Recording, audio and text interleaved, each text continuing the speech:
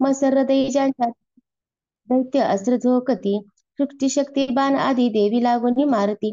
टंकारुनी धनुष्याशी अस्त्राशी प्रतिशस्त्र ते, शस्त्रार्थ तोडी दैत्यांचे देवी भीम पराक्रमा. शूल मारुनी ती काली खटवागे वधुनी पुन्हा, शत्रूच्या घेऊनी प्राणा विचिरी रणभूमीशी. ब्रह्मानी कमंडुलीचे जलफेकी जिते कुठे, तेथील शत्रुनी तेज होती न पराक्रम. माहेश्वरी त्रिशूलाने चक्र मारून वैष्णवी, कार्तिकेयची शक्ती दैत्यसार साधित. इंद्रशक्तीशी आवर्जे शतशा दैत्य दानव, रक्त सांडुरंगाचे पडले निष्पान भूमिशी. वाराही दंत दाडानी चक्राने वार साधुनी, असंख्य दैत्य सहारी विचिन लोळती भूमी. नारसिंह नकाग्राने फाडी दैत्य महाबली, करुणी सिंह नादाशी रणी फिरे भयानक. शिवदूतीच्या नादे भयभीता सुरते, शिवदूतीच्या हस्ते वध त्यांचा होत क्षणी. मातृगुण महाक्रोधी वदता दैत्य सैनिका, पळाली असुरसेना भयाने प्राण घेऊनी. दैत्याशी पळता पाहे रक्तबीज महाकळ, युद्धाला लागी तये काळी तया संग्रामी धावला.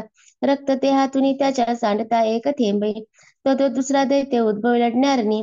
इंद्रशक्ती पुढे आली रक्तबीजास वर्जती, मारी लक्ष साधुनी घायल दैत्य झाला. थेंब रक्तातुनी आले तितके दैत्य धावले, युद्ध खेळावया लागी सर्वांची पूर्ण आर्तता. वीर्य बल शौर्ययुक्त रक्तबीज समानते, रक्त थेंबातुनी ते दैत्य उद्भवले रणा. मातृगणा सवे घोर खेळती युद्ध शूरते, शस्त्रार्थ भीषण वर्षा चाले संग्राम भुवरी. पुन्हा वर्जेचे या गावे गाया रक्त सांडितो, रक्तबीज असंख्यात होती शत सहस्रिक. वैष्णवी चक्र सोडूनी करी घाया दैत्य तो, ऐंद्री मारी गदा त्याला शरीर छिन्न होतसे. चक्रचा घाव लागोनी रक्त जे सांडले भूमी, सहस्र रक्तबीजानी जगमंडळ व्यापले. शक्ती मारुनी कोमारी वाराही खडग घालुनी, माहेश्वरी त्रिशूलाने रक्तबीजास मारित. त्या क्रुद्ध महादैत्यानी मातृशक्तीवरी रणी, गदाघात करून या स्वशर्य पूर्ण धावले. शक्ती सुळाधिकानी सांडले रक्त भूमीशी, रक्तबीज तयातुनी उद्भवले शताधिक. सर्वत्र विदिसती रक्तबीज जिथे तिथे, भयभीत झाल्या चित्ती तेने संग्रामी देवता. पाहुनी खिन्न देवाशी काली चंडीशी म्हणे, चामुंडे आपुले मुख पसरावे तू आतरे. माझी या शस्त्रपाताने घाया रक्तबीजा, रक्तबिंदूशी त्याच्या या ग्रासावे त्वा महामुखे. सहारता रक्त सारे विचारता रणत्वा, क्षीण होऊनी तो दैत्य नष्ट होणार निश्चित. ऐशा युक्तीने पुन्हा रक्तरूपांत नाये, ऐसे बोलून पुन्हा रक्तबीजाशी मारित. शोषले रक्त कालीने कृत रक्त बीजजरी, गदा चंडीवरी हानी नाशी चित्र देवीचा. थोडी तुकिना झाली गदा सुसुनी चंडिका, रक्तबीजेच्या देही देवीने घाव घातले. सांडले रक्त जे त्याचे कालिका ते नष्ट ती करी, रक्तापासून जे दैत्य मारी देवी तक्षिणी. वज्रबाण खडगरुष्टी रक्तबीजास मारित, चामुंडा रक्त सहारी तेने दैत्य नव्हे पुन्हा. येणे विधी शस्त्रासाने रक्तहीन महाकळ, पडला निष्पान पृथ्वीशी नृपाला रक्तबीज तो. अपार चौके तेव्हा ते आनंद थोर दाटला, महादैत्याचे अवधे धैर्य देवाशे झाले. मातृगणा महासौख्य रक्तबीज न राहिला, रणमादे अतिहर्षे रणी नासी देवता. ओम श्री अच्युत विरिताय प्राकुट भावटिकाय श्री मार्कंडे पुराणे सावर्णिके मन्वंतरे देवी महात्म्य अष्टमध्याय श्री कुलदेवता चरणार्पणमस्तु. अध्याय 9 श्री गणेशाय नमः. निशुभवध ध्यान. ओम बंदुक कांचन तनु रुचिराक्ष माळा, शोभे भुजत्वरदा कुशपाश बाळा. चंद्रार्ध नेत्रतरे सुंदर अर्धनारी, भावे तिला शरणमी नितांधकारी. ओम राजोवाच. विचित्र कथा येशी स्वामी सांगितली मज, देवीची महिमा भारी रक्तबीज वधामुळे. रक्तबीज रणी मेला आता शुंभ निशुंभजे, कर्तव्य करती कैसे ते वृत्त इचिते मन. ऋषिर्वाच. रक्तबीजादी दैत्याशी निष्पान पाहता रणी, शुंभ निशुंभ क्रोधाने अतिसंतप्त झाले. निशुंभ मस्तरे धावे घेऊन दैत्य सैनिका, दैत्यनाशास पाहुनी क्रोधांतरी दाटला. मागे पुढे चहू बाजू सकृत शस्त्र घेऊनी, धावती चावणी ओटा दैत्य देवीशी मारण्या. शुंभ सकृत तो धावे हरवी मातृका गण, मारावया चंडिकेशी संग्रामी झाला उभा. मेघापरी बाण वर्षा रणी चाले भयंकर, शुंभ निशुंभ ते योधे देवीशी युद्ध खेळती. त्यांचे बाण चंडिकेने तोडिले बाण मारुनी, घाव केले तयावीरा अंगी आघात झाले. तीक्ष्ण तलवार हाती प्रदीप्त ढाल घेऊनी, देवीचा सिंह लक्ष्मी मस्तकी घाव तो करी. शिरुप्रभान देवीचा निशुंभाच्या करातील, ढाल तलवारीशी तो मोडी तक्षणी लागता. तेव्हा सोडित तो शक्तीच देवीने चक्र त्यावरी, सोडून खंडलीमध्ये द्विभाग होऊनी पडे. चक्रोत शूल तो मारी जवळी देवी पाहुनी, देवीने मारुनी बुक्का शूलमध्येच तोडला. चंडीवर गदापैकी देवी त्रिशूल मारित, मध्येच तोडून टाकी ऐशी चंडी पराक्रमी. परशु घेऊन येता देवी बाणास फेकुनी. निशुंभाच्या रणी तेव्हा पाळी निष्पान भूमीशी. बंधू मारला देवीने शुंभाचा क्रोध वाढूनी. वदावया अंबिकेशी रणी तो धाव घेतसे. अनुपम पूजा आट सायुध बसला रती. झाकले नभ शुंभाने शोभा अद्भुत ती दिसे.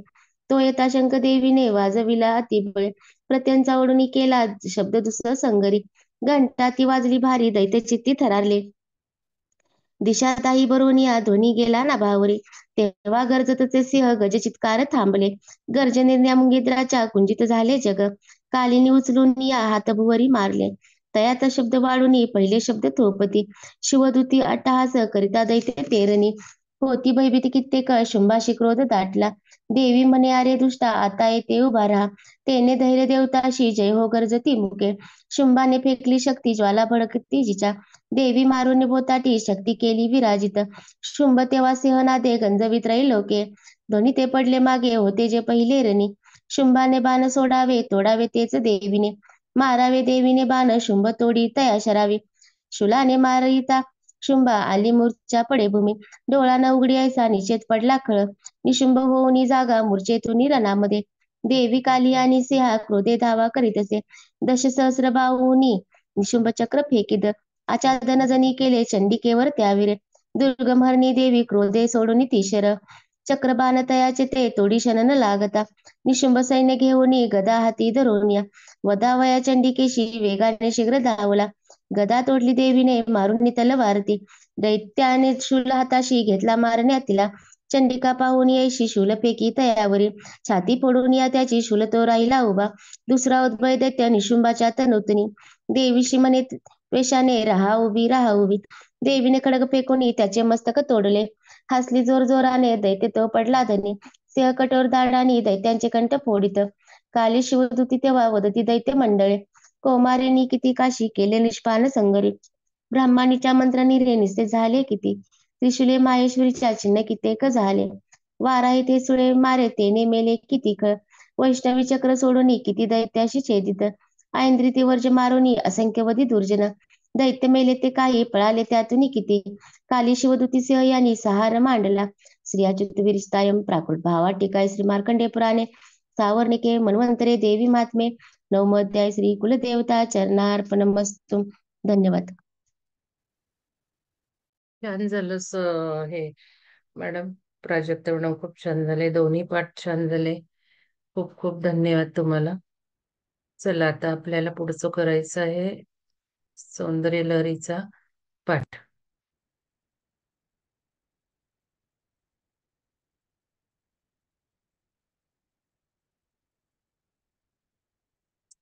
तर सौंदर्य लहरीचा पाठ आपले काल 20 श्लोक झालेत. आज 21च्या पुढे घ्यायचेत. पण त्याच्या आधी मी थोडस 20व्या श्लोकाच्या जे काही महत्व आहे ते सांगणार आहे. मी तुम्हाला सांगितलं काल जरा नोट्स काढून ठेवा. कारण आपल्याला जर पुढे जायचंय आपल्याला हे बघा ओंकार साधनेमध्ये जसं आपण ओंकार म्हणतो नुसतं म्हणतो ऐकतो आणि ज्या पद्धतीने आपण तो ओंकार क्लास घेत होता त्याला एक हायर अवस्थेवर नेऊन ठेवलेले आहे आपण 4-5 महिन्यात जानेवारी पासून. तर याच्यामध्ये आपण उपनिषदांमध्ये जे ओंकाराचं महत्व सांगितलंय स्वामी सर्वप्रियानंद वेदांताचे ज्यांनी त्याचं रहस्य सांगितलंय ओंकाराच्या 4 अवस्था. त्या 4 अवस्थांवर आपण ध्यान डिझाईन केलं. आपण त्या 4ही अवस्थांचा अर्थ समजून घेतला. शैलजा मॅडमचे जे प्रॅक्टिकल अनुभव होते ओंकार साधना करतानाचे की ओ लॉंग म्हटल्याने काय आपल्या पाठीच्या संपूर्ण कण्यावर फरक पडतो. ऊ लॉंग म्हटल्याने पोट आणि कुठले चक्रांवर फरक पडतो. म लॉंग म्हटल्याने कसा तो मेंदूमध्ये सगळे तरंग उमटतात काय काय होतं. आणि जो पॉज आहे 2 ओंकारातला त्यांनी काय होतं. ओंकाराचा जो बिंदू आहे त्याचं रहस्य काय. ओ काढतो त्याचं रहस्य काय. हे सगळं आपण डिटेल अभ्यासलं. आणि हा जेव्हा अर्थ आपण ओंकार म्हणताना आपल्या फिलिंग्स मध्ये घेतो आपल्या धारणेत घेतो त्यावेळेला त्या ओंकाराचं महत्व फायदा आपल्याला प्रचंड क्षमतेने होतो. आणि मग ओंकार साधनेपासून उपासनेकडे आपण जातो. खरी ओंकार उपासना होऊ लागते. त्यात तुम्हाला मी किती महिन्याला काय करायचं कशावर फोकस करायचा ओंकार कसा म्हणायचा हे सर्व डिटेल सांगितले. तसंच आता आपण देवी मूर्ती पूजेपासून आपल्याला हळूहळू मानसिक पूजेकडे म्हणजे हृदयाचं स्थापन करून जी वेदांतातली पद्धत आहे आपण सांगितलं. मी सुलक्षणा मॅडमकडनं कन्फर्मही केलं नंतर तर हो म्हणाल्या तशीच करतात. की आंतरिक पूजेकडे आपण आता चाललेलो आहोत. आणि या हृदयातली आंतरिक पूजेचे सुद्धा एक दोन प्रकार आहेत. या हृदयातनं आपल्याला जेव्हा जमायला लागेल त्यावेळेला आपण खरी आंतरिक पूजा म्हणजे पूर्ण देवीचे अर्थ जे आहेत, श्रीयंत्राचे जे अर्थ आहेत ते समजून घेत चाललेलो आहोत. आणि पूर्ण ब्रह्मांडाची उपासना आपल्याला बघायची आहे, अर्थ जाणून घ्यायचे आहेत. आणि मग ज्या वेळेला हे श्रीयंत्र आपण फोकस करू, पहिल्यांदा हृदयात आणि नंतर आपणच श्रीयंत्र आहोत, आपणच देवी आहोत, अशा जशा आपल्याला भावना येतील, त्या देवीचे अर्थ काय, त्या त्रिकोणाचे अर्थ काय, त्या त्रिकोणातल्या बिंदूचा अर्थ काय, चार जे आपले श्रीयंत्रात मार्ग वाटा दाखवलेत त्याचे अर्थ काय, हे जेव्हा समजून आपण व्हिज्युअलाइज करू त्यावेळेला हे सगळे अर्थ आपल्यात भिनायला लागणार आहेत, इंड्युस्ड होणार आहेत, जनरेट होणार आहेत. या सर्व रहस्य भेद आहेत. जेव्हा आपण फोकस करतो, जो अर्थ जाणून घेतो, जे फिलिंग्स ठेवतो ध्यान करताना सुद्धा, ते हळूहळू आपल्यात उतरत जातात आणि मग उपासना होऊन फायदे शीघ्र मिळतात. तर ह्या गोष्टी आपण शिकतोय. म्हणून तुम्हाला मी जे काही त्रिकोणाचा अर्थ सांगतेय, बिंदूचा अर्थ सांगतेय किंवा बाकी काही सांगतेय. आता काल मी सांगितले बहुतेक, मला शुअर नाहीये, म्हणून मी आज रिपीट करते की शिव शिव म्हणतो म्हणजे शिवचा अर्थ काय, सदाशिवचा अर्थ काय आणि ईश्वराचा अर्थ काय. तर हे आणि परत तीन लोक आपण बघितले, भूलोक बघितला, परालोक बघितला आणि द्यूलोक बघितला. तीन साधना बघितल्या, तीन ऋण बघितले. या सर्व गोष्टी लिहून ठेवा. कारण खूप पुढे जायचंय. मी काल तुम्हाला 2 पुस्तकं टाकली, पोस्ट केली बघा ती. सगळी बाहेरच्या देशातली पुस्तक आहे ती. हजारो प्रचंड किमती आहेत त्याच्या. खूप महाग आहेत तरी मी आणलेली आहे ती. तर जर तुम्हाला पुढच्या पुढच्या माझ्याबरोबर प्रवास करायचा असेल तर लिखाण टिपाण करावं लागेल आणि मी निवडत चालली आहे. आता मॅनिफेस्टेशन, बियॉन्ड मॅनिफेस्टेशन ग्रुप तयार झालेला आहे. त्याला अजून एक राउंड आहे, कोणी कोणी चुकून राहिलं असेल तर. तर हे सगळ्यांना करायला मिळणारच नाहीये सगळे कोर्स, हे लक्षात घ्या. त्यामुळे तुम्हाला लिखाण करून ग्रुपवर प्रश्नांची उत्तरं द्यावी लागतील. फापट पसारा टाकू नका. मी सारखी सांगतेय, फोकस्ड राहा, फोकस. जो प्रश्न विचारलाय त्याचंच उत्तर. मेंदूचं काम करा, विद्येचं काम करा, बुद्धीचं काम करा, त्या चौथ्या पाचव्या लेअर पर्यंत पोहोचा. तर चला आता मला थोडंसं रिपीट करायचंय 20व्या श्लोकाला जे रिलेटेड आहे ते. आता बघा, हंस आहे म्हणजे त्रिकोणामध्ये श्रीयंत्राच्या हंस आहे. रेखात्मक त्रिकोण आहे तो शिवरूप आहे. बघा, शिव कोणता त्रिकोण दाखवतो, शक्ती कोणता त्रिकोण दाखवतो आणि शिवरूप हंस आहे. आता याचा अर्धा भाग म्हणजे हम मधील एक बिंदूची रेखा. आता हम मध्ये बिंदू आहे तो बिंदू आणि 6 मधील विसर्गाचे 2 बिंदू. म्हणजे बघा त्रिकोण काय, एक जो त्रिकोणाचा टिप आहे तो काय दाखवतो, तर हंसचा बिंदू दाखवतो. 2 काय दाखवतो, तो विसर्ग दाखवतो. म्हणजे बरेच अर्थ आहेत त्या त्रिकोणाचे सुद्धा. त्यास चित्कली अशी संज्ञा आहे. अन्यही एक अर्थ होतो तो असा, निर्गुण ब्रह्म आणि परमशिव विश्वोत्पादनाची इच्छा करतो. आपण बघतो की शिवाला इच्छा होते ब्रह्मांड क्रिएट करण्याची आणि इच्छा एकच मार्ग ब्रह्मांडाचंही रहस्य आहे. जी काही इच्छा होते शिवाला की चला काहीतरी निर्मिती करूयात आणि मग विश्वाची निर्मिती होते. प्रत्येक क्षणाक्षणाला ही निर्मिती होत असते, हेही आपण बघितलं. निर्गुण ब्रह्म किंवा परमशिव शिवोत्पत्तीची पतीची इच्छा करतो तेव्हा प्रथम तो सगुण. बघा आता ब्रह्मांडाची उत्पत्ती करायची आहे, निर्माण करायचे म्हणजे सगुण आकार लागणारच आहे. म्हणून मग सगुण शिवशक्ती रूप धारण करतो. म्हणजे शिव जो निर्गुण आहे त्याला सगुणात्मक व्हायला लागतं. सृष्टी उत्पत्तीची या शिवशक्तीची 3 रूपे आहेत. आदिशक्तीची 3 रूपे, आपण त्रिशक्ती बघतोय ना सुवर्ण. हे आदिशक्तीची 3 रूपे. आता ही 3 शक्ती कुठल्या या लक्षात ठेवल्या पाहिजेत आपल्याला. तर इच्छाशक्ती, ज्ञानशक्ती आणि क्रियाशक्ती. आता इच्छा होतीये शिवाला, शिव आपणच आहोत. आपल्यालाच ती इच्छा होती निर्मिती, चला ब्रह्मांड बघूयात. प्रत्येक क्षणाक्षणाला आपण हे निर्माण करतो.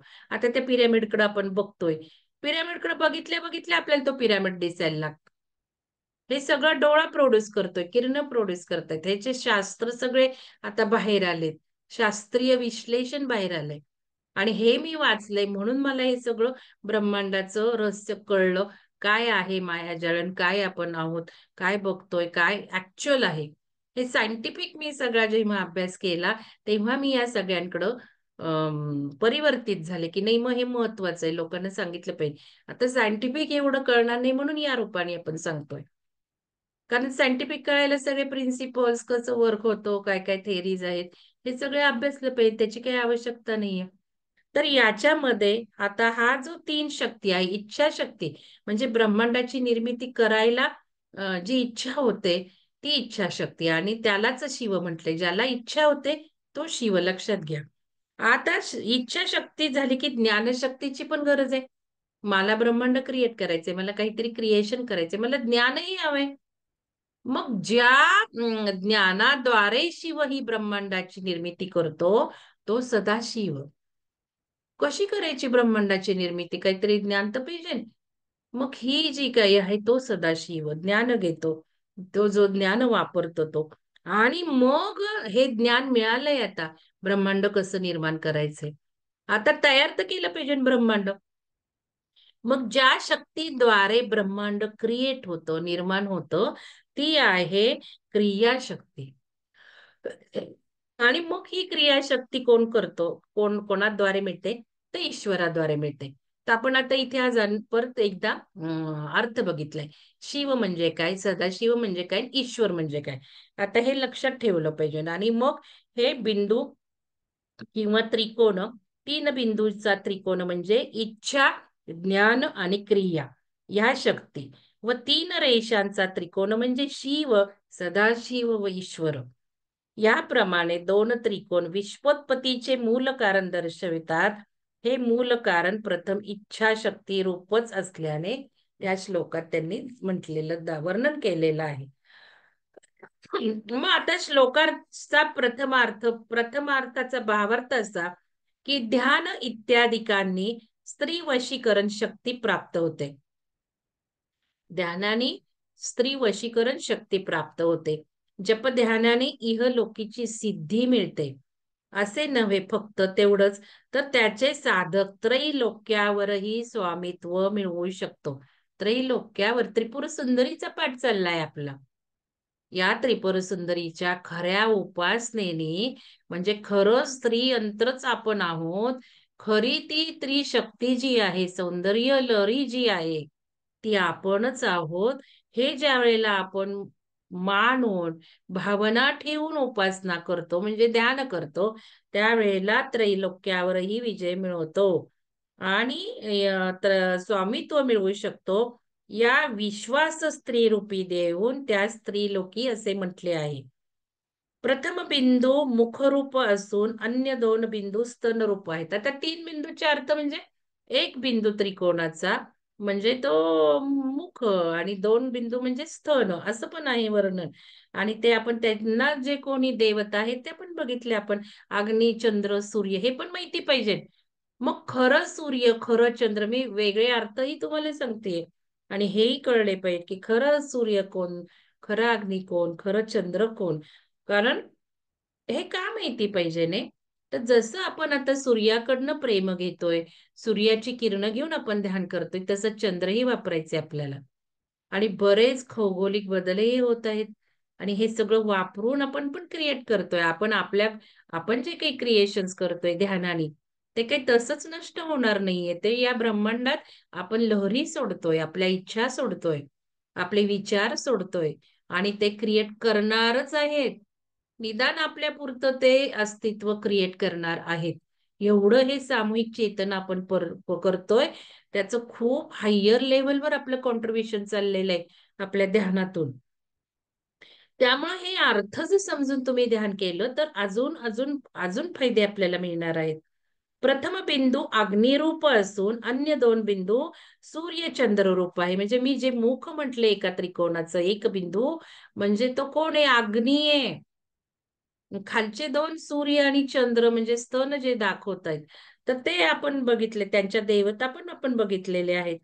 तर प्रथम बिंदू अग्निरूप असून अन्य दोन बिंदू सूर्य चंद्र रूप आहेत. अशा प्रकारे बाह्य विश्वाचे ध्यान केल्यावर म्हणजे ज्या वेळेला आपण श्रीयंत्रावर ध्यान करणार आहोत, करायचंय आपल्याला, पुढे जायचंय, तर ज्या वेळेला आपण हे ध्यान करताना आपल्याला त्या श्रीयंत्राला हृदयात इमॅजिन करताना किंवा आपणच श्रीयंत्र आहोत असं जेव्हा आपण करणार आहोत, त्या वेळेला आपण जर मानलं की हा जो माझा श्रीयंत्रातला हा एक त्रिकोण आहे, तो बिंदू म्हणजे तिथे माझं अस्तित्व आहे, पहिला वर म्हणजे तो अग्नी आहे आणि हे म्हणजे चंद्र आणि सूर्य आहे, तर आपण सगळ्या ब्रह्मांडाला नक्कीच व्हिज्युअलाइज करून त्याच्या पावर ग्रहण करणार आहेत. चंद्र सूर्याला जोडले जाणार आहोत, त्यांच्याकडनं पॉवर्स येत आहेत त्या घेणार आहोत. इतकं हे सुंदर होणार आहे आणि आपल्याला एक ध्यान केले, पण पुढे पुढे हे अजून डिटेलमध्ये करायचेच आहेत आपल्याला. जसं मी तुम्हाला सांगितलं, भौमितिक आकृत्यांवर एक प्रोग्राम करणार आहे मी, सगळ्या आकृत्यांचं रहस्य. तर अशा प्रकारे बाह्य विश्वाचे ध्यान केल्यावर पुढील पायरी म्हणजे विश्व हे शिवशक्ती रूप आहे अशी भावना धारण करून श्री चक्राचे ध्यान करणे व नंतर शेवटची पायरी म्हणजे साधकाने, बघा हा, नंतर शेवटची पायरी म्हणजे साधकाने स्वतःच शिवशक्ती रूप मानून आपण श्री चक्र रूप आहोत अशा भावनेने ध्यान करणे. याप्रमाणे शिवशक्तीची एकरूपता प्राप्त करून घेणे ही सर्वोच्च स्थिती व हाच मोक्ष होय. तर आपल्याला मोक्ष प्राप्त करायचा आहे काय?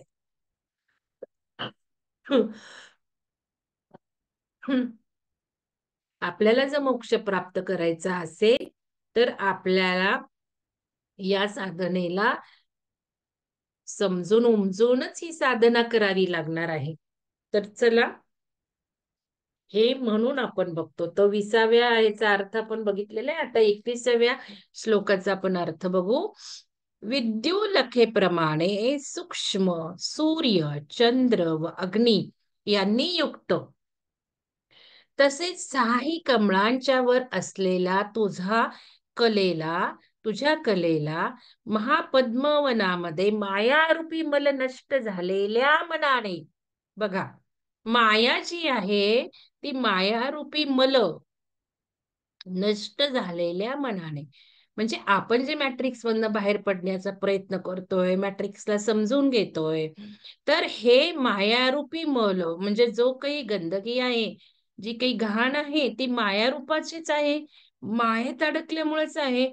मग हे नष्ट झालेल्या मनाने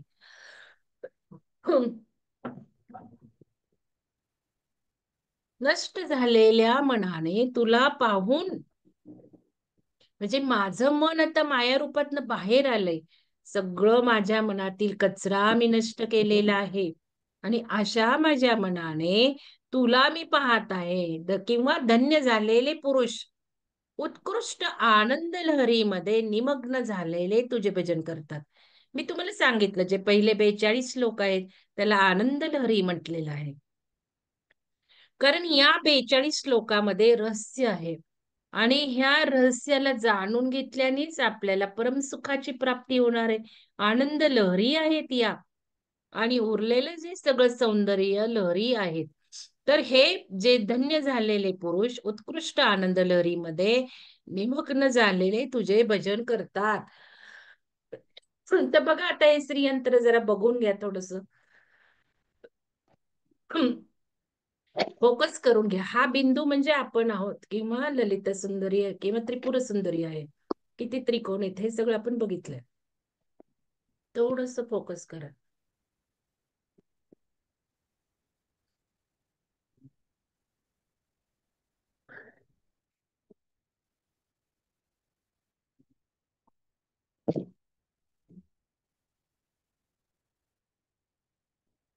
या श्लोकाचा अर्थ काय होतो? भगवतीच्या स्थूल ध्यानाचे महात्म्य सांगितले आहे.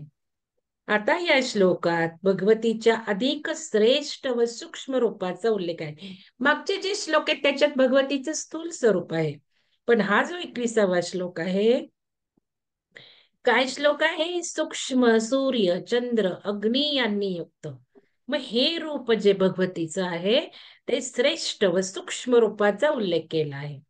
मागील श्लोकात बाह्य पूजेचा उल्लेख आहे, तर या श्लोकात अंतर्मुख वृत्तीने ध्यान करण्याचे विधान सांगितले आहे. बाह्य पूजा न करता केवळ अंतपूजाच करावी असा अर्थ यात अभिप्रेत नाही. त्यांनी रहस्य सांगितले, तुम्हाला कुठली प्रकारच्या पूजा भावते ती करायची आहे. बाह्य पूजा ही पहिली पायरी असून अंतपूजा ही तिच्यावरची पुढील पायरी आहे. म्हणजे आपण ठरवायचे आपल्याला कुठल्या पायरीवरची साधना करायची आहे, काय करायचंय हे जाणून घेतलं पाहिजे. भले आपण पहिली पायरी करत करत करत दुसऱ्या पायरीवर पोचायचं उद्दिष्ट जर ठेवलं नाही, तर आपण पोचणार आहोत का? म्हणून हे ज्ञान घेणं गरजेचं आहे. म्हणून आपली उद्दिष्ट हायर ठेवणं गरजेचं आहे. आणि हळूहळू आपला प्रवास तिकडं झाला पाहिजे. भगवतीच्या उपासनेची अंतिम पायरी म्हणजे सर्व काही भगवती रूपच आहे असे मानून आपल्या सर्व क्रिया तिचीच नाना प्रकारची सेवा आहे अशी भावना ठेवून जीवनक्रम चालू ठेवणे म्हणजे भगवतीची खरी पूजा कोणती? तर जीवनातला प्रत्येक क्षण आपण भगवती रूपच वावरत आहोत, भगवतीच बनवून आहोत, आपल्या ज्या क्रिया आहेत त्या भगवतीच म्हणून करत आहोत. आपण अशी ध्यान केली, देवी ध्यानात आपण तसंच केलेलं आहे की सरस्वतीच्या विणेवर आपण ठेके धरून दिवसभर घालवलेला आहे नवरात्रात मागच्या. हे सगळं मी तुम्हाला करायला लावते याच प्रकारचं. त्यामुळे मला हे वाचताना इतकी तृप्ती मिळाली ना, की खरोखर आपण किती सुंदर सगळं केलेलं आहे. आणि आता इथे डिटेल वर्णन आहे, की जे कुठंही वर्णन मला न मिळता माझ्या माझ्या मनाच्या ह्यानी सगळे ध्यान प्रकार डिझाईन केले. आणि तुम्हाला जे सांगितलं ते आता आपल्याला उपनिषदातनं आणि याच्यातून वाचायला मिळतं ग्रंथांमधून. म्हणून हे ज्या वेळेला त्रिपुर सुंदरी मी वाचायला घेतलं, इथे विश्लेषण असल्यामुळे समजू शकतो आपण हे. तर एक अभिमान वाटतो आणि तसाच तुम्हालाही वाटला पाहिजे, की काय आहे खरं. आपण जे समजून घेऊन जर पूजा अर्चा केली तर किती आपल्याला मिळणार आहे खरं ज्ञान, खरं उपासनेचं फळ मिळणार आहे. म्हणजे अशा सर्व क्रिया जीवनक्रम चालू ठेवणे ही सहज अवस्था आहे. अगदी याच अर्थाचा श्लोक सौंदर्य लहरीमध्ये 27वा पण आहे. आपण तो बघणार आहोत. तर आता हे सहज अवस्था अत्यंत दुर्लभ आहे. लाखो लोकात एखादाच भक्त, बघा, लाखो लोकात एखादाच भक्त ही अवस्था मिळतो. म्हणजे प्रत्येक क्रिया दिवसभर करताना भगवती समजून करणे ही अनेक पूर्वजन्मी केलेल्या उपासनेच्या योगानेच मिळते. म्हणजे पूर्वजन्मात आपण जे करतो त्या योगाने हे मिळते. म्हणून आपली जी ध्यान आहे, आपलं जे ध्यानातले अनुभव आहे, हे सगळे मागच्या जन्मांच्या साधनेचे फळ असते. आपण किती साधना केली आहे मागच्या जन्मी. ही स्थिती प्राप्त होण्यास ध्यानधारणेची आवश्यकता आहे. ही पायरी उच्च पायरीच्या खाली असल्याने तिला मध्यमा म्हटले आहे. ते योग्य आहे, पण या मध्यमा पायरीला येण्याची योग्यता प्राप्त होण्यास अनेक जन्मातील पूजा व उपासना रूप आराधना ही आवश्यक आहे. ही तिसरी म्हणजे मध्यमाच्याही खालची असल्याने तिला अधम म्हटले आहे. म्हणजे ती त्याज्य नसून त्याज्य नसून खालच्या दर्जाची कमी प्रतीची आहे असे समजावे. त्याज्य नाही म्हणजे करायचं नाही असं काही नाही, करायचं, पण माहिती आहे असलं पाहिजे ना आपल्याला आपण कुठल्या प्रकारची पूजा करतो आणि कुठल्या पूजेकडे आपल्याला जायचं आहे. हा मूर्ती पूजेचा अधिकार, आता ही जी मूर्ती पूजा आपण करतो पहिल्या पायरीची, या मूर्ती पूजेचा अधिकार प्राप्त होण्यास पुण्य संचयाची जरूर आहे. कोणी सुद्धा मूर्ती पूजा करत नाही बघा. आता ह्याच्यात नास्तिक लोक आहेत, ते काहीच करत नाहीत. त्यांना देवाचं अस्तित्व, ब्रह्मांडाचं अस्तित्व, ईश्वराचं, शिव काही मानतच नाहीत. ते पूजा पण नाही, काहीच नाही. कारण हा मूर्ती पूजेचा अधिकार प्राप्त होण्यास पुण्य संचयाची जरुरी आहे. पण जे पुण्य विरहित लोक आहेत त्यांच्याकरता कनिष्ठ मार्ग म्हणजे तीर्थयात्रा. म्हणजे कनिष्ठ मार्ग म्हणजे तीर्थयात्रा. म्हणून मी नेहमी देवळात जाण्यावर जी टीका करते ती यासाठी करते. मग देवळात आपण जे जातो ते कशा पद्धतीने गेलं पाहिजे, तिथे ध्यान केलं पाहिजे ना आपण. पूजा नाही, ध्यान केलं तर आपण कनेक्ट होणार. त्या ऊर्जेला सामावून आपल्या घेतलं पाहिजे, कनेक्ट झालं पाहिजे, ध्यान केलं पाहिजे. तर इथे तेच म्हटलेले की तीर्थयात्रा अशा लोकांनी करावी किंवा करतात, त्यास धमा म्हटले आहे. याचा अर्थ असा नव्हे की हा मार्ग अगदी त्याज्य आहे. ज्याच्या त्याच्या कुवतीप्रमाणे व पुण्य संचयानुरूप त्याने वरीलपैकी एका मार्गाचा अवलंब करा. बघा, आता हे सगळं तुम्ही ज्ञान घेता आणि मग परत माझ्याशी बोलताना तुम्ही हे सगळं विसरूनच जाता. तर हे विसरायचं नाहीये, करायचं सगळं. पण करताना त्याची रूप, करताना आपण जे काही ज्या पद्धतीने करतो ते बदलायचे, भाव बदलायच्या, कृती बदलायच्या. आता 22वा श्लोक बघा काय. हे माते भवानी, मी तुझा दास आहे. तू माझ्यावर कृपा दृष्टी टाक. याप्रमाणे तुझी स्मृती करण्याची मनात इच्छा ठेवून जो कोणी भवानी त्वम दासे मयी वितर सृष्टी दृष्टी सुकरुणाम, हे वाक्य उच्चारायस आरंभ करतो, तो भवानी त्वम एवढी अक्षरे उच्चारताक्षरीच त्या दासाला ज्या ठिकाणी विष्णू ब्रह्मदेव व इंद्र नमस्कार करताना तुझ्या मुकुटांच्या स्पर्शाने तुझे चरण प्रकाशित करीत आहे, अशा आपल्या सायुज्य पदवीला नेतेस. बघा, श्लोक 14-15 मध्ये चरण कमलांचे वर्णन आहे भगवतीच्या. 21 पर्यंतच्या सप्तश्लोकीने धर्म, अर्थ, काम, मोक्ष या चतुर्विध पुरुषार्थातील प्रथमचे 3 धर्म, अर्थ, काम ही फले भगवतीच्या उपासकांना प्राप्त होतात असे सांगितले. पण हा जो श्लोक आहे 22वा, तो चौथा पुरुषार्थ जो मोक्ष, त्याचेही दान भगवतीच करते असे सांगितलेले आहे.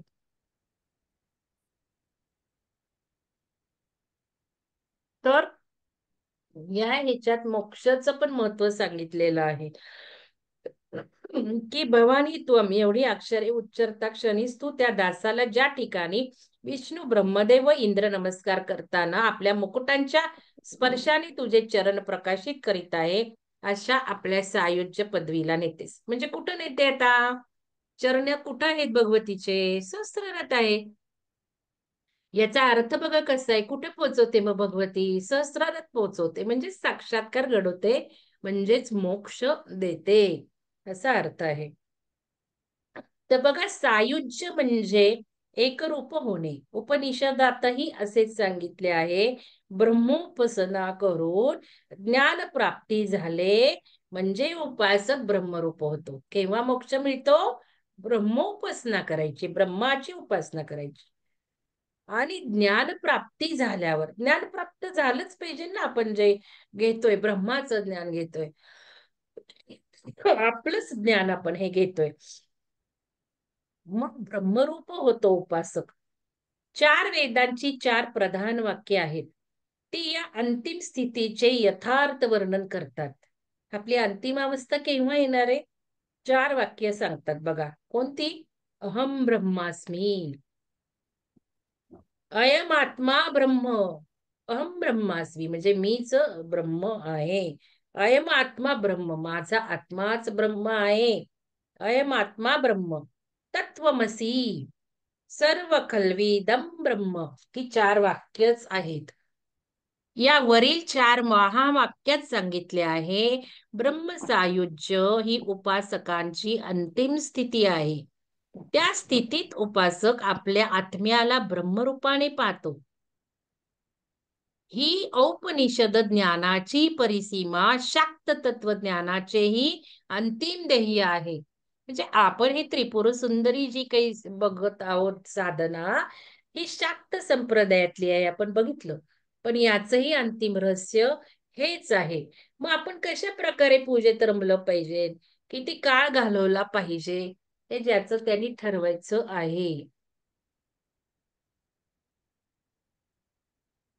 आता 23वा श्लोक वाचूयात अर्थ. हे भगवती, तू शिवाच्या शरीराचा वामार्ध हरण करून, वामार्ध म्हणजे तुम्हाला माहितीये की 2 भाग असतात ना, उजवा डावा आपण साधारण म्हणतो. तर या वामार वामार्ध म्हटलेले, वामार्ध.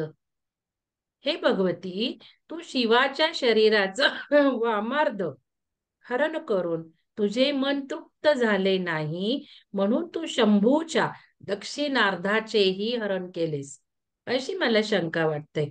कारण तुझे रूप सर्व अरुण वर्ग आहे, ते त्रिनेत्र आहे, ते कुचल युगाने नम्र झाले आहे, आणि तुझ्या मस्तकी चुडेवर असलेला कटिल चंद्र मुकुटच आहे. त्रिनेत्राचं आता जो काही उल्लेख आहे, त्रिपुर सुंदरी आहे, त्रिन शक्ती आहे, त्रिनेत्र आहे. तर बघा हे काय आहे. जगाचे आदिकरण परमशिव असून त्यालाच वेदांत शास्त्रात निर्गुण ब्रह्म असे नाव आहे. पण हे मूल तत्व शब्दातीत आहे. तरी उपासकांसाठी निर्वचनीय करण्यास वेदांती लोक त्यास सगुण ब्रह्म म्हणतात. शाक्त त्यास आदिशिव शक्तिरूप म्हणून संबंधतात. सगुण ब्रह्म म्हटले की त्यास गुणयुक्त वर्णन लागू होते. तसेच शिव व शक्ती या दोन शब्दांनी शाक्तपंथीय त्याचे निर्वचन करतात. वास्तविक त्यांच्यात भेद नाही, म्हणजे शिव आणि शक्तीमध्ये भेदच नाहीये. हा भेद प्रस्तुत श्लोकाने दाखवला आहे. तर शिवाच्या अनेक रूपांपैकी अर्धनारी नटेश्वर हे रूप प्रसिद्धच आहे. या रूपात भगवतीने शिवाचा अर्धा भाग हरण केला आहे असे वर्णिले आहे. परंतु एवढ्यानेच भगवती संतुष्ट झाली नाही. तिने शिवाचा दुसरा भागही हरण करून घेतल्यामुळे, म्हणजे आपण जे आता इथे बघितलं वामार्ध आणि दक्षिणार्ध, म्हणजे शिवाचे दोन्ही भाग भगवतीने प्राप्त केले किंवा घेतलेत. म्हणजे शिव म्हणजे शक्ती आहे, म्हणजे शिवशक्तीचा मिलाप, त्याशिवाय काहीही नाहीये. म्हणून दोन्ही भाग हरण केलेले आहेत. परंतु एवढ्यानेच भगवती संतुष्ट झाली नाही. दुसरा भागही तिने घेतला. ती शिवाच्या रूपाशी एकरूप झाली आहे, किंवा शिव तिच्या रूपाशी एकरूप झाले आहेत. बघा, म्हणजे आपण शिव म्हणतो त्यावेळेला सुद्धा शक्ती आहेच आहे. दोघांचं मिलनच आहे. शिवाशिवाय शक्ती नाही, शक्तीशिवाय शिव नाही. ब्रह्मा आता 24वा. ब्रह्मा जगाची निर्मिती करतो, विष्णू रक्षण करतो आणि रुद्र संहार करतो. ईश्वर हा सर्वांचा लय करीत स्वतःच्या देहाचाही सदा शिवतत्वात लय करून घेतो. म्हणजे आपण बघितलं की शिव काय करतो, इच्छा होते त्याला ब्रह्मांडाची. मग ब्रह्मांडाची इच्छा ज्ञान प्राप्तीने तो करतो. कशी करायची, तो सदाशिव. म्हणजे शिव हा सदाशिवात विलीनच होतो. म्हणजे शिव हा स्वतःच्या रूपाचं सुद्धा नष्ट करतो, लय करतो. म्हणजे स्वतःचं रूप पण त्यांनी बदललं, म्हणजेच निर्गुण सगुणात्मक झालं. सदाशिवात लय करून घेतो आणि सदाशिव या सर्वांच्यावर अनुग्रह करतो. हे भगवती, तुझ्या भ्रूलतिकेच्या चलनाचा एक क्षण हीच तुझी आज्ञा आहे असे समजून सर्व देवता आपापली कार्य करतात. तर 24व्या श्लोकाचा अर्थ असा आहे. तर भगवती ब्रह्मदेवाच्या रूपाने सृष्टी उत्पन्न करणारी. मग आता सृष्टी उत्पन्न कोण करते? आपण म्हणतो की बाबा ब्रह्मा निर्मिती करतो, पण ही भगवतीच आहे. निर्माण करणारी सुद्धा भगवती, कारण शक्तीनेच ते निर्माण होणार आहे. म्हणूनच भगवती ब्रह्मदेवाच्या रूपाने सृष्टी उत्पन्न करणारी असून विष्णू रूपाने रक्षण करते. जरी आपण ब्रह्मा विष्णू महेश म्हणतो तरी तिथे त्या शक्तीच आहेत. रुद्र रूपाने संहार करणारी असून ईश्वर रूपाने त्या तिघांनाही अंतर्हित करणारी आहे. ईश्वराचा अर्थ बघितला आपण आता. आता आपल्याला आज रुद्र रूपच घ्यायचंय. आज आपल्याला कात्यायनी घ्यायची आहे, संहार करणारी कात्यायनी. रुद्र रूपाने संहार करणारी असून ईश्वर रूपाने या तिघांनाही अंतर्हित करणारी आहे आणि सदाशिव रूपाने त्यांच्यावर अनुग्रह करणारी आहे. अशा प्रकारे भगवती ही 5 कृत्ये करणारी आहे. सर्व जगताचे म्हणजे उत्पत्ती, स्थिती, लय यांचे स्थान ब्रह्म आहे असे ब्रह्मसूत्रात म्हटलेलेच आहे. तर 25वा श्लोक बघूयात. हे शिवे, तुझ्या चरण कमलांची केलेली पूजा हीच 3 गुणांपासून उत्पन्न झालेल्या ब्रह्मा विष्णू महेश या देवांचीच पूजा होते. कारण तू तुझे पाय ज्यावर ठेवतेस त्या मणिपीठाजवळ हे तीन देव आपापल्या मस्तकावरील मुकुटापाशी सतत हात जोडून उभे आहेत. इथे कोण आहे? इथे भगवतीचे चरण आहे, म्हणजे ब्रह्मा विष्णू महेश हात जोडून उभे आहेत. म्हणजे जे सर्व ब्रह्मांडाचं आपण रहस्य म्हणतो, ब्रह्मा विष्णू महेश, तेच आहे तिथे. ऍक्च्युली हेच सगळं ब्रह्मांड आहे. झालं हे 25वा श्लोकार्थ. आता 26वा बघूयात. हे पतिव्रते भगवती, महाकल्पात काळी ब्रह्मदेव पंचमहाभूतात विलीन होणे. बघा, महाकल्पात काळी ब्रह्मदेव पंचमहाभूतात विलीन होतो, शेवटी डिस्ट्रॉय होतो. म्हणजे जी काही ब्रह्माने सृष्टी निर्माण केली आहे ती विलीन होते, प्रलय होतो, महाप्रलय होतो. म्यूट करा विना मॅडम. मगाशी तुम्हाला अर्चना मॅडमनी सांगितलं तरी तुम्ही आता अनम्यूट झालेला आहात. हे पतिव्रते भगवती, महाकल्पात काळी ब्रह्मदेव पंचमहाभूतात विलीन होतो. विष्णूची जीवन मर्यादा संपते, यम नाश पावतो आणि कुबेराचे निधन होते. सतत जागरूक असण्याच्या 14 महेंद्राच्या समूहाला कायमची तंद्री लागते. तुझा पती मात्र त्यावेळी आनंदाने विहार करीत असतो. म्हणजे हे नष्ट झालेल्याच वर्णन आहे. प्रलयाच्या वेळी सगळं हे विलीन होतं, विष्णूची जीवन मर्यादा संपते, यम नाश पावतो, कुबेराचे निधन होते. सतत जागरूक असण्याच्या 14 महेंद्राच्या समूहाला कायमची तंद्री लागते. तुझा पती मात्र त्यावेळी आनंदाने विहार करतो. आता 27वा श्लोक बघू. माझे बोलणे म्हणजे तुझ्या मंत्रांचा जप होय. बघा, हा मंत्र मला खूप आवडला. माझं जे काही बोलणं असतं, म्हणजे आपण जे काही बोलत असतो ते भगवतीचेच मंत्र जप होय. दुसऱ्या मंत्र जपाची काही गरज नाहीये. माझ्या हातांचे सर्व व्यवहार म्हणजे माझ्या मुद्रा. म्हणजे मुद्राही करण्याची गरज नाहीये, कारण मी जे काही हाताने सर्व करत असते दिवसभर किंवा करत असतो, त्या म्हणजेच तुझ्या मुद्रा आहेत. माझ्या पायांची चालणे म्हणजे तुला प्रदक्षिणा घालणे. प्रदक्षिणाही घालण्याची गरज नाही. जिथे जिथे आपण पायाने काय काय करतो ते म्हणजेच तुला प्रदक्षिणा घालणे. माझे खाणे पिणे म्हणजे तुला आहुती देण्याचे कर्म. माझी गाढ निद्रा म्हणजे तुला केलेला प्रणाम. अशा प्रकारे मी जे मी करतो ते तुझ्या चरणी आत्मसमर्पण आहे. अशा दृष्टीने माझी सर्व कृत्ये तुझ्या पूजेचाच एक प्रकार होतो.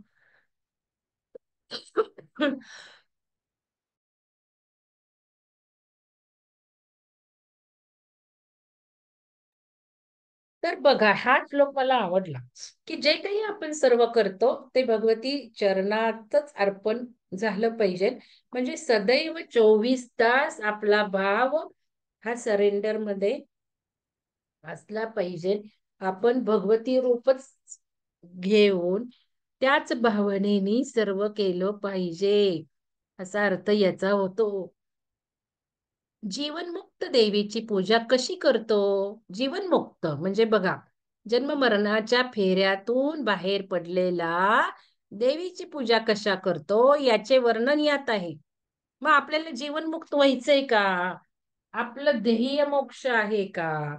मग ध्येय जर मोक्ष आहे तर आपण कशी पूजा केली पाहिजे? फेरे घ्यायची गरज नाही आपल्याला, आपल्याला पूजा करण्याची गरज नाही, आपल्याला मंत्र म्हणण्याची गरज नाही. तर आपण म्हणतो की ध्यान केलं पाहिजे. म्हणजे प्रत्येक जे काही आपण करतो ते ध्यानच घटलं पाहिजे. जेवण करतो, अगदी फोकस्ड राहून जेवण केलं तर नक्कीच हे अशा प्रकारे देवीची पूजा होणार आहे. म्हणजे ध्यान हे करतही बसलं नाही पाहिजे, तर प्रत्येक गोष्ट ही ध्यानरूप झाली पाहिजे. तर असा अर्थ याचा आहे आपलं. तर मग हा जीवनमुक्त आपण होणार आहोत. या पूजेच्या प्रकाराला मानस पूजा म्हणतात. पूजेचे 2 प्रकार आहेत, एक बाह्य पूजा व दुसरी मानस पूजा. बाह्य पूजेत पूजेची साधन सामुग्री गोळा करून ती शास्त्रोक्त पद्धतीने करावी लागते. बघा, पूजा सामुग्री जी आपण गोळा करतो बाह्य पूजेमध्ये, त्या बाह्य पूजेच्या ह्याला सामुग्री सुद्धा शास्त्रशुद्ध गोळा करावी लागते. कसंही करून चालत नाही. ती शास्त्रोक्त पद्धतीने करावी लागते. या पूजा पद्धतीत देवीच्या कोणत्या स्वरूपाची पूजा करावी हे चंद्र ज्ञान विद्येत आहे. तर मानस पूजेस तंत्रशास्त्रात समायाचार म्हटले आहे. या पूजेत आपले दैनंदिन व्यवहार म्हणजेच भगवतीची पूजा होय ही भावना आहे. म्हणजे प्रत्येक गोष्टी आपण चांगल्या केल्या पाहिजेत आणि भगवती समजूनच केल्या पाहिजेत. आता 28वा श्लोक वाचूयात. दीन उपासकांना त्यांच्या इच्छेप्रमाणे सदैव संपत्ती देणाऱ्या, सौंदर्य समूह रूपी मध अस्मंतात जोराने सोडणाऱ्या व कल्पवृक्षाच्या पुष्पगुच्छाप्रमाणे अतिव सुंदर अशा तुझ्या चरणी माझ्या जीव इंद्रियांच्या हालचालीच्या रूपाने भ्रमर होऊन मी लीन हो. भगवतीच्या चरणकमलापाशी जाण्याकरता कारणभूत जो भक्तिभाव देण्याबद्दल भगवतीची प्रार्थना या श्लोकात आहे. आता बघा 27वा श्लोक मगाशी मी वाचला की सर्व क्रिया आपल्या या भगवती स्वरूप आहे. या श्लोकामध्ये सांगितलेली उच्च स्थिती प्राप्त करून घेणे असेल तर आता या भगवतीची साधना करणे अत्यंत आवश्यक. असे हे दोन हे आहेत श्लोक 27-28 आपले वाचले ते. जीवनमुक्त होणारी पूजा. अशा स्वरूपाची भगवती मीच आहे अशी भावना ठेवणारा उपासक कल्पातीही मृत होत नाही. आणि हेच भाव मी देवी ध्यानात सगळे आणलेले आहेत मागच्या. किती सुंदर झालेत बघा ते ध्यान प्रकार. मीच भगवती आहे. आपण बघितलं आपणच सरस्वती झालो, आपणच दुर्गा माता झालो. अशी भावना ठेवणारा उपासक कल्पातीही मृत होत नाही. भगवतीच्या चरणांपाशी त्याचा अखंड वास राहतो. आता हे जे ध्यान प्रकार मी केले त्यावेळेला मी कुठं बघितले असे ध्यान प्रकार नाहीच आहेत. तुम्ही मला सांगा कुठं असेल तर. माझ्या तरी बघण्यात नाहीयेत युट्यूबवर म्हणा किंवा मी कधी अटेंड केलेले नाहीयेत. पण ते ध्यान प्रकार आपले तसे घडले आपोआप. कारण का तर मी सारच जाणून आहे.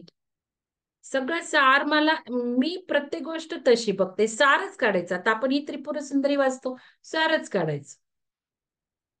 तो सार एकदा डोक्यात फिट्ट बसवला ना की सगळ्या क्रिया सगळ्या कृती आपल्या चांगल्या होतात. तर ते त्याच हे ध्यान प्रकार डिझाईन झाले असे कुठे नसताना सुद्धा की आपणच त्या ठेक्यात चालतोय, आपणच देवी बनतोय. कितीतरी लोक तसे दिवसभर राहिले नवरात्रात, तसं जाणून तुम्ही सगळ्या क्रिया केल्या, तसंच तुम्हाला एक्झरसाइज दिली होती.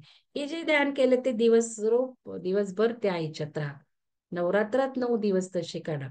ते इथे त्याचं वर्णन सापडतंय आपल्याला. अशी भावना ठेवणारा उपासक कल्पातीही मृत होत नाही. भगवतीच्या चरणांपाशी त्याचा अखंड वास राहतो. आता त्रिनयन म्हणजे सदाशिव. त्रिनयन या शब्दांचे स्पष्टीकरण आता खाली करता येईल. बघा आता मी तुम्हाला सांगितलंय लक्षात ठेवायचे कारण हे पुढे सगळं लागणार आहे आपल्याला. त्रिनयन त्रिनयन 3 अर्थ आहेत. सूर्य चंद्र अग्नी या शिवाच्या प्राप्तीची 3 नयन म्हणजे साधनं आहेत. म्हणून त्यांना त्रिनयन म्हटलंय. इडा पिंगळा सुषमना मी सांगितलंच तुम्हाला गर्भित अर्थ की ऍक्च्युअली या त्रिशक्ती किंवा त्रिदेवी काय जे आहे ते इडा पिंगळा आणि सुषमना या 3 मार्गाने योग मार्गाचा अवलंब करणारे साधक शिवाचा साक्षात्कार घडवून आणतात. म्हणून त्यास त्रिनयन म्हटलंय. किंवा तिसरा अर्थ सूर्य चंद्र अग्नी हे शिवाचे 3 नेत्र. बघितले 3 नेत्रांचे अर्थ काय आहेत. आता 32वा श्लोक घेऊ.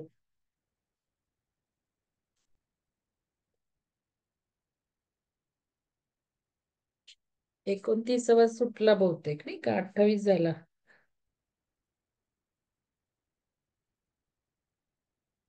सत्तावीसावा झाला 28वा राहिला तर बहुतेक 28 दीन उपासकांना त्यांच्या इच्छेप्रमाणे सदैव नाही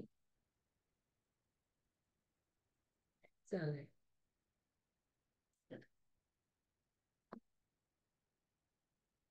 29वा अर्थ बघू. ब्रह्मदेव इंद्र इत्यादी विश्वातील देवता अत्यंत भयंकर असलेल्या जरा मृत्यूंचे हरण करणाऱ्या अमृताचे प्राशन करून मृत्यूवश होतात. पण अत्यंत जहाल अशा विषाचे प्राशन करूनही शिव कालवश झाले नाहीत. हे माते त्याचे मूळ कारण म्हणजे तुझ्या तुझ्या कर्णाभरणाचा महिमा आहे. म्हणजे या भगवतीमुळेच शिव मृत्यू झाले नाहीत विष पिले तरी. तर आपण आता त्रिलोक बघितले, भूलोक प्रलयकारी नष्ट झाला तरी अंतरिक्ष. भूलोकात हे बघा, आपला देह सोडल्यावर आपण कुठंतरी अंतरिक्षात किंवा स्वर्गात जाणार, देवलोकात. तर अंतरिक्ष म्हणजे मधला कुठला तरी आयाम, आणि द्युलोक म्हणजे स्वर्ग. तर भूलोक प्रलयकारी नष्ट झाला असला तरी अंतरिक्ष व द्यू ही भगवतीची परिणताही रूपे राहतात. त्यांची अधिष्ठाती त्रिदेवता चंद्र व सूर्य यांच्यावर रूपांक अलंकार होऊन भगवतीची कर्णभूषे समजली आहेत. म्हणजे भगवतीची कर्णभूषणे इथे वर्णन केलेली आहेत 29वी, आणि ती तिकडे आलेली आहेत. आणि 30व्या श्लोकाचा अर्थ आहे, हे जे 29वा आहे, सर्व तत्वांचा त्यांच्या अधिष्ठात्री असलेल्या देवतांचा सदाशिव तत्वामध्ये लय होतो, तरी पण सदाशिवत्वाचा कधी लय होत नाही. सदाशिवाला प्राप्त झालेले हे अविनाशित्व भगवतीच्याच कृपेने प्राप्त झालेले आहे. अशा या श्लोकांचा आहे. म्हणजे जरी भगवान शिवानी विष पिले तरी ते नष्ट झालेले नाही, आणि जरी लय झाला ब्रह्मांडाचा तरी सुद्धा सदाशिवत्व नष्ट होत नाही, कारण पुन्हा ते करायचंय, पुढच्या क्षणाला परत करायचं आहे. असा या श्लोकाचा अर्थ आहे. आता 30व्या श्लोकाचा अर्थ, ब्रह्मदेवाचा मुकुट बाजूला कर, तुझ्या पुढे असलेल्या विष्णूच्या कणखर मुकुटावर पडशील. इंद्राच्या किरीटाचा तू त्याग कर, त्याप्रमाणे तुझ्या मंदिरात शिव अवचित आले म्हणजे उठून घाईने त्यांचे स्वागत करते वेळी तुझ्या सेवक जनाचे वरील शब्दांचा विजय असो.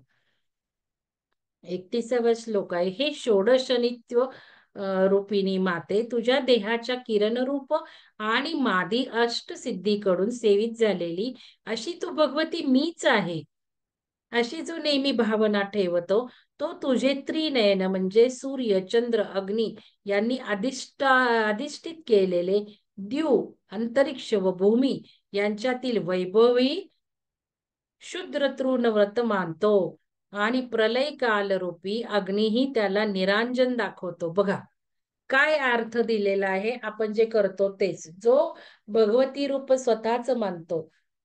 हे षोडश नित्य रूपिणी माते, तुझ्या देहाच्या किरण रूप आणि मादी अष्टसिद्धींकडून, अष्टसिद्धी आहेत आपण बघतो, आणि मादी एक आहे त्यातली, अशी झालेली तू भगवती मीच आहे, अशी जो भावना ठेवतो, अशी भावना ठेवणारा प्रलय जरी आला, सगळं विनाश जरी झाला, तर या आशयाला अग्नी सुद्धा ओवाळीतो. बघा किती निरांजन दाखवितो अग्नी सुद्धा, त्याची आरती करतो. मग किती सुंदर वर्णन आहे की श्रीचक्र हे भगवतीचे देहरूप असल्यामुळे भगवतीच्या देहातून निघणारे किरणही श्रीचक्राच्या अवयात निवास करतात. यापैकी सर्वात बाहेरचे जे भ्रूपुर आहे त्याचे 3 चतुष्कोन आहेत. त्यापैकी सर्वात बाहेरच्या चतुष्कोनात असणाऱ्या अष्टदेवतांचा प्रस्तुत श्लोकात उल्लेख आहे. म्हणजे आणि मादी नावाने उल्लेख आहे. इतर भागातील अवयवातील देवतांचे केवळ सूचन आदी शब्दाने केलेले आहे. त्रिपुर सुंदरीच्या खटमालात्मक स्तोत्रात सर्व देवतांची नामावली आहे. सर्वात बाहेर असलेल्या भ्रूपुरातील देवतांची नावे अनिमा, लगिमा, महिमा, वशित्व, ईशित्व, प्राकाम्य, प्राप्ती व सर्व कामप्रदायिनी या अष्टसिद्धी त्या ठिकाणी वास्तव्य करतात. त्याच्या आतील भूपुरात ब्राह्मी, माहेश्वरी इत्यादी अष्टदेवता म्हणजे मातृका आहेत. नंतरच्या 3ऱ्या भ्रूपुरात सर्व संक्षोभिनी प्रभृती 10 मुद्रा देवता आहेत. इतर चक्रातील देवतांची नावे पण काही वेगळ्या स्तोत्रांमध्ये आहेत. आता नुसत्या देवीच्या नावांचे सुद्धा स्तोत्र असतात. तर असं ते वर्णन आहे श्री चक्राचं. देवता आणि सिद्धी त्याच्यातून प्रतीत होतात. आता 32व्या श्लोकाचा म्हणजे हे जे आपण त्रिनयन पण वाचलं, आपण आता त्रिनयनाचे 3 अर्थ, 32व्या श्लोकाचाही अर्थ वाचला. त्या विशिष्ट सिद्धी देणे इतकेच ज्यांचे कार्य आहे, अशा 64 तंत्रांनी सर्व भुवनाला मोहून टाकून अज्ञान अंधकारात टाकून पशुपती स्थित झाला आहे. पण पुढे पुन्हा तुझ्या आग्रह असतो चतुर्विध पुरुषार्थ सिद्ध करून देणारे तुझे एक स्वतंत्र तत्व त्याने स्वतंत्र तंत्र त्याने पृथ्वीवर निर्माण केलेले. ते 64 तंत्र आहेत. त्या विशिष्ट कामने करता त्यांच्या पूर्तीसाठी आहेत. त्या तंत्राच्या साध्याने ज्ञान म्हणजे यथार्थ ज्ञान दुरावते. वेगळी वेगळी तंत्र सांगितलीत. ही तंत्रे पार्वतीस परमेश्वराने म्हणजे शंकराने दिलेली. जसं शिवसरोदय शास्त्र हे पार्वतीला सांगतात शंकर, म्हणजे शंकराने पार्वतीला दिलेले तंत्र त्यांच्या योगे कामना सिद्धी होते. बघा, शिवसरोदय शास्त्र वापरल्यावर आपल्या कामना सिद्धी होतात, सगळं आपल्याला फलप्राप्ती मिळते, पण मोक्षज्ञान नाही होत त्याने. असं म्हटलंय, मोक्षदान नाही होत. परम कारुणिक परमेश्वराने असलेली तंत्र निर्मिती करून लोकांची भुलवणी करून वंचना का करावी? ही भूल आहे ना, म्हणजे संसार सुखाच्या मागे लागणे ही भूल आहे, म्हणजेच मायाजळ आहे. या जगात अनुलोम विलोम इत्यादी भेदांची विविध जाती आहेत. या सर्व जातीतील लोक ब्रह्मज्ञान प्राप्त करून देणाऱ्या विद्येचे अधिकारी नसतात. ज्यांचे चित्त ऐहिक कामना पूर्तीकडेच वेधलेले असते, अशा लोकांना ऐहिक कामना सिद्धीच्या प्राप्तीसाठी देवी सामर्थ्य प्राप्त व्हावे म्हणून 64 तंत्रे निर्मिली आहेत. अनेक जन्म अनेक जन्म वासना तृप्ती मिळाल्यावर जीवाला कल्पना येऊ लागते की आधी सुखप्राप्तीचा प्रयत्न केल्याने पूर्ण सुखप्राप्ती किंवा दुःख निवृत्तीही होत नाही. आता आपण सगळं मॅनिफेस्टेशन बघतो, आपण जे काही हवं ते कसं मिळवायचं ते बघतो, यावर पण फोकस केलाय. कारण आपलं संस्था म्हणजे नुसतं आध्यात्मिक ज्ञान देणारी संस्था नाहीये, सर्वांगीण 11th डायमेन्शनल जे काही आहे आपल्याला सर्व प्राप्त झालं पाहिजे. का? तर मी तुम्हाला मॅस्लोज थेअरी सांगते की जशी आपली लेवल असते तसं आपलं इच्छा असते, आणि या लेवल्स क्रॉस केल्याशिवाय आपण हायर लेवलला येतच नाही. हळूहळू चढायचं असतं किंवा हळूहळू चढला जातो कुठलाही जीव. तर इथे तेच दिलेलं आहे की अनेक जन्म वासना तृप्ती मिळाल्यावर जीवाला मग कल्पना येऊ लागते की आधी सुखप्राप्तीचा प्रयत्न केल्याने पूर्ण सुखप्राप्ती किंवा दुःख निवृत्तीही होत नाही. मग तो आधी दैविक सहाय्याच्या अपेक्षेने यज्ञ याग करायला लागतो, उपासना वगैरे मग करू लागतो. अशा प्रकारे केवळ कर्माच्या मागे लागणारा जीव खऱ्या सुखाच्या मार्गापासून दूर राहतो, कर्मकांडात अडकतो तो. मग खरं सुख बाजूलाच राहतं. म्हणून तो जीव फसला आहे असे या श्लोकात म्हटले आहे. ही सर्व सृष्टी ईश्वरानेच निर्माण केली आहे, म्हणजे सर्व सृष्टीतील साहजिकच दैवी साह्य बहुत सुकृतींच्या योगे निर्माण होते. याची परिपूर्ती होण्यास गणपत्यादी देवता किंवा पंचायतन देवता राधन आवश्यक आहे. अनेक जन्म आराधना करून देवता संतुष्ट झाली की ती ज्ञानप्राप्तीचे मार्गदर्शन करते. या मार्गानेही बहुत जन्म प्रवास केल्यावरच मग ब्रह्मज्ञान मिळते. मग आता आपण बघायचे की आपण जे ब्रह्मज्ञान घेतोय त्या ह्याला 20, 30, 25च लोक असतात. का असतात? कारण बाकीचे अजून माया जगातच अडकलेले आहेत. पण एवढे 20-30 तरी येत आहेत, आणि जे येत आहेत आणि हे ब्रह्मज्ञान ऐकतायत, उपनिषद ऐकतायत, त्यांनी समजून घ्यावी आपली अवस्था उच्च आहे. आपल्याला धन्यवाद दिले पाहिजेत की आपण या अवस्थेपर्यंत पोहोचलेलो आहोत. तर या श्लोकात अतिसंहाय हा शब्द प्रयोग आहे. म्हणजे 64 तंत्रे ही ऐहिक सिद्धीच देतात, परम सुखदायक अंतिम मोक्ष मार्ग सांगत नाही. तो मार्ग वैदिक धर्मानेच मिळतो, या तंत्रांनी नाही मिळत. दुसऱ्या शब्दात सांगणे झाल्यास फसविणे म्हणजे मोक्ष मार्गापासून दूर नेणे इतकेच समजायचे आहे. वैदिक मार्ग जाणणारेही लोक ऐहिक फलाच्या अपेक्षेने अशा तंत्र मार्गाचा अवलंब करतात, म्हणजेच ते स्वतःला फसवून घेतात. ही ऐहिक सिद्धी देणारी तंत्र परम कारुणिक शंकराने का निर्मिली याचे उत्तर आहे की आपण हे सगळं पार केल्याशिवाय या पुढच्या हायेस्ट अवस्थेला येतच नाही. तर असे 32 श्लोक झालेले आहेत आज. आता उद्या उरलेले 10, आणि मग त्याच्यानंतर परवापासून सुलक्षणा मॅडम स्तुती करणार आहेत.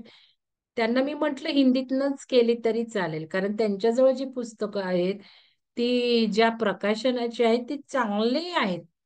त्यामुळं हिंदीतनं ओरिजिनल केलेलं जास्त चांगलं होईल. तरी मराठीतनं करायचं असेल तर मराठीतनं. मॅडम म्हणतात तुम्ही मराठीतनं सांगितलं मग मी हिंदीतनं का अर्धवट, असं काही नाहीये. आपल्या सगळ्यांना हिंदी कळतं. त्यामुळं तुम्हाला हवं तसं मॅडम तुम्ही मराठी किंवा हिंदी घेऊ शकता. तर हो चला मॅडम. आता आज आपल्याला ध्यान करायचं आहे. पाणी पिऊन घ्या. पाण्याला विसरायचं नाहीये. चला वर्टेक्स करून घ्या. तुमचे तुम्ही उद्दिष्ट आज अफर्मेशन द्या पाण्याला.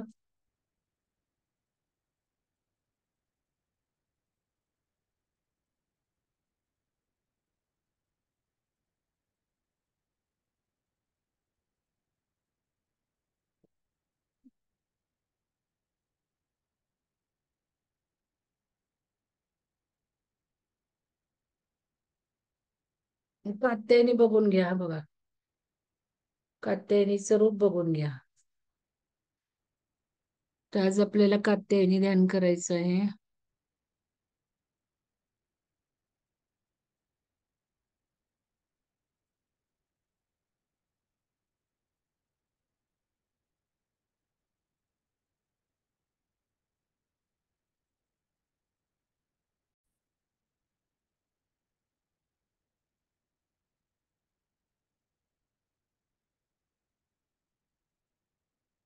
डोळे शांत मिटून घ्या.